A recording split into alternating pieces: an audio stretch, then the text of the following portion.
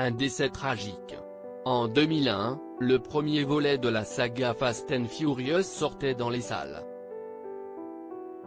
Parmi les acteurs, Vin Diesel, Gal Gadot, Michelle Rodriguez, Dwayne Johnson ou encore Paul Walker. Dans ces films, les téléspectateurs suivent les aventures d'un groupe d'amis et de leur course-poursuite dans les rues de New York. Le 8e film, Fast and Furious 8, sera diffusé sur TF1 ce dimanche 16 mai dès 21h05. La production de celui-ci a été un peu chamboulée à cause du décès de Paul Walker. Dans les colonnes de Collider en 2017, le scénariste Chris Morgan avait évoqué la disparition de l'acteur et la manière dont ce 8e opus lui rendait hommage. Ce que les personnages traversent dans ce film est super dramatique. L'homme qui incarne la figure du père, du frère, du mari, qui leur a enseigné leur code moral, les trahit soudainement, se déchaîne contre eux et cela devient une vraie question de foi, expliquait-il d'abord. Pour Chris Morgan, l'important était que d'un point de vue pratique, il faut que les personnages en parlent.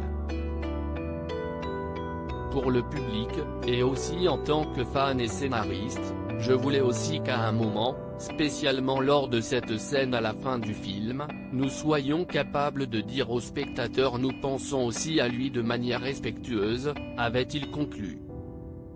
Ainsi, même si le personnage de Paul Walker ne reviendra pas grâce aux effets spéciaux, l'équipe du film a tout de même souhaité honorer sa mémoire. Le 30 novembre 2013, le monde entier apprenait le décès de Paul Walker. Âgé de seulement 40 ans, l'acteur est décédé dans un accident de la route à Valencia, en Californie. Il était accompagné de son ami Roger Rodas.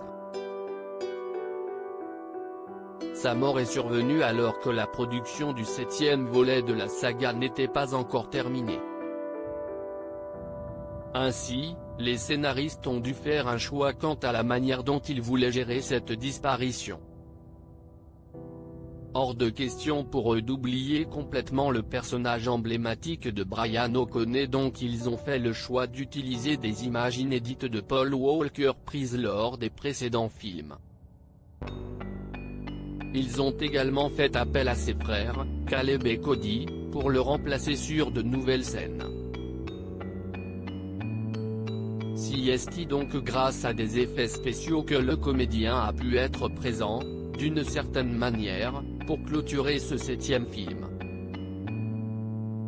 Pour rappel, le film s'achève sur Brian O'Connor qui, après avoir fait un dernier sourire à Dominic Toretto, s'éloigne en voiture alors que la chanson See You Again de Wiz Khalifa débute. Un moment très dur mais un peu réconfortant.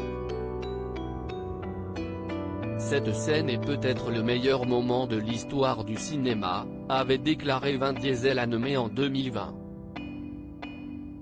Une chanson hommage à Paul Walker. Le décès de Paul Walker a été une véritable tragédie pour les fans de la saga mais aussi ses camarades à l'écran.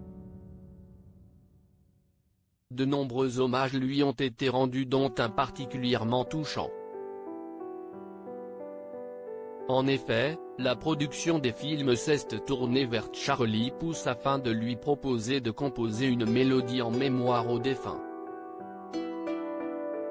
En collaboration avec Wiz Khalifa, les deux artistes ont écrit See You Again, qui deviendra l'hommage de tous les records. La chanson a été utilisée à la fin du 7e volet et la scène de fin reste la plus émouvante des 8 films.